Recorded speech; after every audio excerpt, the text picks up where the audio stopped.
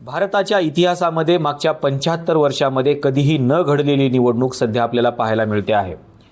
या निवडणुकीमध्ये अनेक प्रश्न निर्माण झालेले आहेत की या निवडणुका नेमक्या कोणत्या कायद्यानुसार सुरू आहेत, या निवडणुका नेमकं कोण घेते, या निवडणुकांचे नेमके नियम काय आहेत, या सगळ्या प्रश्नांच्या बाबतीमध्ये सध्या चर्चा सुरू आहे। परंतु भारतीय संविधानामध्ये नेमकं या निवडणुकांच्या बाबतीमध्ये काय सांगितलं गेलेलं आहे याच्यावरती मात्र कोणीही चर्चा करत नाही। एखाद्या स्थानिक स्वराज्य संस्थेची निवडणूक सुरू असताना न्यायालय त्याच्यामध्ये हस्तक्षेप करू शकतं का? एक दिवस मतदानाला असताना त्याच्या एक दिवस अगोदर निवडणूक आयोग ती निवडणूक रद्द करू शकतं का?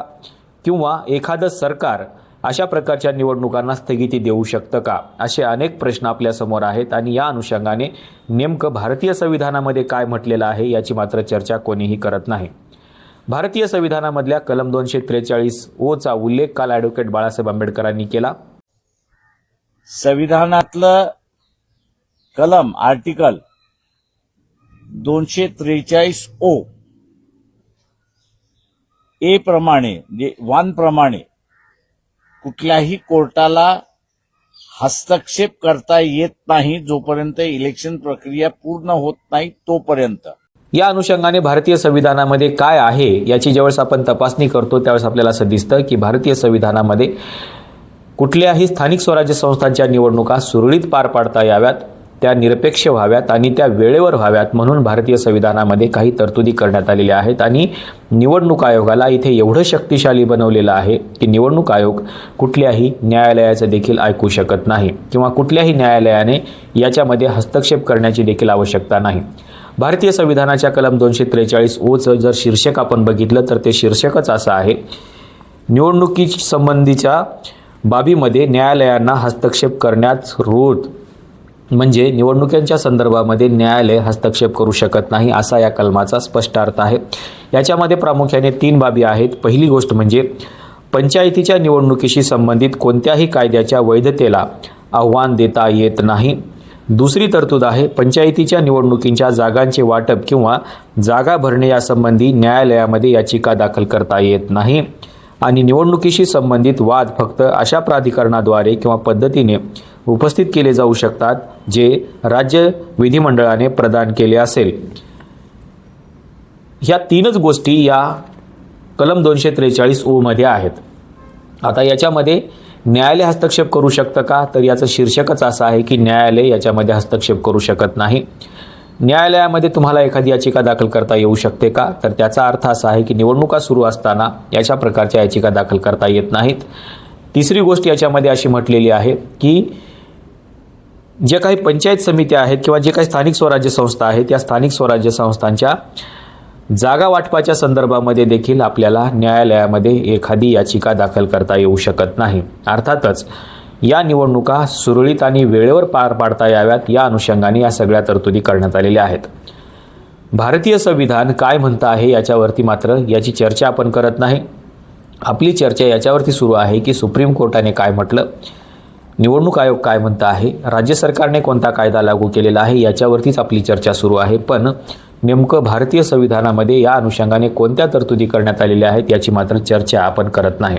आणि इथेच खऱ्या अर्थाने आपण फसतो की नेमकं संविधान बाजूला ठेवतो आणि संविधान बाजूला ठेवून आपण इतर गोष्टीची चर्चा करतो। भारतीय संविधानामध्ये स्थानिक स्वराज्य संस्थांच्या निवडणुकाला देखील खूप महत्त्व दिलेलं आहे आणि स्थानिक स्वराज्य संस्थांच्या निवडणुका वेळेवर पार पाडता याव्यात, सुरळीत पार पाडता याव्यात, त्याच्यामध्ये हस्तक्षेप होऊ नये। खरं तर स्थानिक स्वराज्य संस्थांच्या निवडणुकांमध्ये अनेक प्रश्न निर्माण होऊ शकतात याची जाणीव संविधानकर्त्यांना होती किंवा ज्यांनी हा कायदा तयार केला त्या डॉक्टर बाबासाहेब आंबेडकरांना होती आणि म्हणूनच त्यांनी अशा प्रकारच्या तरतुदी करून ठेवलेल्या आहेत जेणेकरून कुठल्याही अडचणी कोणत्याही निवडणुकीमध्ये येऊ नयेत। त्या लोकसभेच्या निवडणुका असतील, त्या विधानसभेच्या निवडणुका असतील, त्या स्थानिक स्वराज्य संस्थांच्या निवडणुका असतील किंवा इतर कुठल्याही प्राधिकरणांच्या निवडणुका असतील तर त्या अनुषंगाने प्रत्येक बाब आपल्या भारतीय संविधानामध्ये सांगण्यात आलेली आहे। पण या संविधानामध्ये सांगितलेल्या तरतुदींना आपण छेद देतो, त्याला बाजूला करतो आणि न्यायालयामध्ये काय चर्चा सुरू आहे, निवडणूक आयोग कोणते निर्णय घेत आहे किंवा सरकार कुठले अधिनियम तयार करत आहे या अनुषंगानेच आपण फक्त चर्चा करतो। पण भारतीय संविधानामध्ये ज्या काही महत्त्वाच्या तरतुदी करण्यात आलेल्या आहेत त्याच्याकडे मात्र आपण दुर्लक्ष करत असतो। आजच्या परिस्थितीला म्हणजे स्थानिक स्वराज्य संस्थांच्या निवडणुका जिथे 2 तारखेला मतदान होणार होतं, त्याच्या 1 दिवस अगोदर काही स्थानिक स्वराज्य संस्थांच्या निवडणुका स्थगित करण्यात आल्या. 2 तारखेला मतदान होऊन 3 तारखेला निकाल लागणार होता, तो निकाल देखील लांबवला गेला आणि 21 डिसेंबरला हा निकाल ठेवण्यात आला. इतकंच नाही तर न्यायालयामध्ये म्हणजे सुप्रीम कोर्टामध्ये असलेल्या 26 याचिकावरती सध्या सुनावणी सुरू आहे आणि ही 26 याचिकावरची सुनावणी 21 जानेवारीला होणार आहे. आणि त्या अगोदर सुप्रीम कोर्टाने असं सांगितलं होतं की जानेवारीच्या अगोदर सगळ्या स्थानिक स्वराज्य संस्थांच्या निवडणुकांची प्रक्रिया पूर्ण झाली पाहिजे.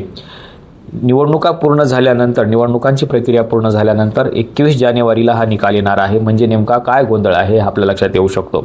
आणि म्हणून अशा प्रकारचा गोंधळ होऊ नये, निवडणुका वेळेवर व्हाव्यात, त्या सुरळीत पार पाडता याव्यात म्हणून निवडणूक आयोगाला जी शक्ती संविधानाने प्राप्त करून दिलेली आहे त्या शक्तीचा वापर निवडणूक आयोगाने केला पाहिजे. आणि कुठल्याही सरकारच्या कुठल्याही यंत्रणेच्या दबावाला बळी न पडता निवडणूक आयोगाने या निवडणुका पारदर्शक पद्धतीने पार पाडल्या पाहिजेत. आणि म्हणूनच भारतीय संविधानामध्ये आर्टिकल 243 न, ज्याला मराठीमध्ये न म्हणतो आणि ज्याला इंग्रजीमध्ये आपण ओ असं म्हणतो, 243 ओ, तर या अनुषंगाने याच्यामध्ये तरतुदी करण्यात आलेल्या आहेत. आणि निवडणुकांच्या बाबतीमध्ये न्यायालयाने हस्तक्षेप करू नये किंवा निवडणुकाच्या बाबतीमध्ये कुठल्याही न्यायालयामध्ये अर्ज करण्याची जी प्रक्रिया आहे ती प्रक्रिया किंवा त्यांना स्थगिती देता येऊ शकते का, या अनुषंगाने याच्यामध्ये तरतुदी करण्यात आलेल्या आहेत. मी तुम्हाला 3 तरतुदी सांगितल्या. या 3 तरतुदींच्या बाबतीमध्ये आणि आज आपल्याकडे निर्माण झालेल्या स्थानिक स्वराज्य संस्थांच्या या परिस्थितीच्या बाबतीमध्ये आपल्याला नेमकं काय वाटतं हे सांगायला विसरू नका.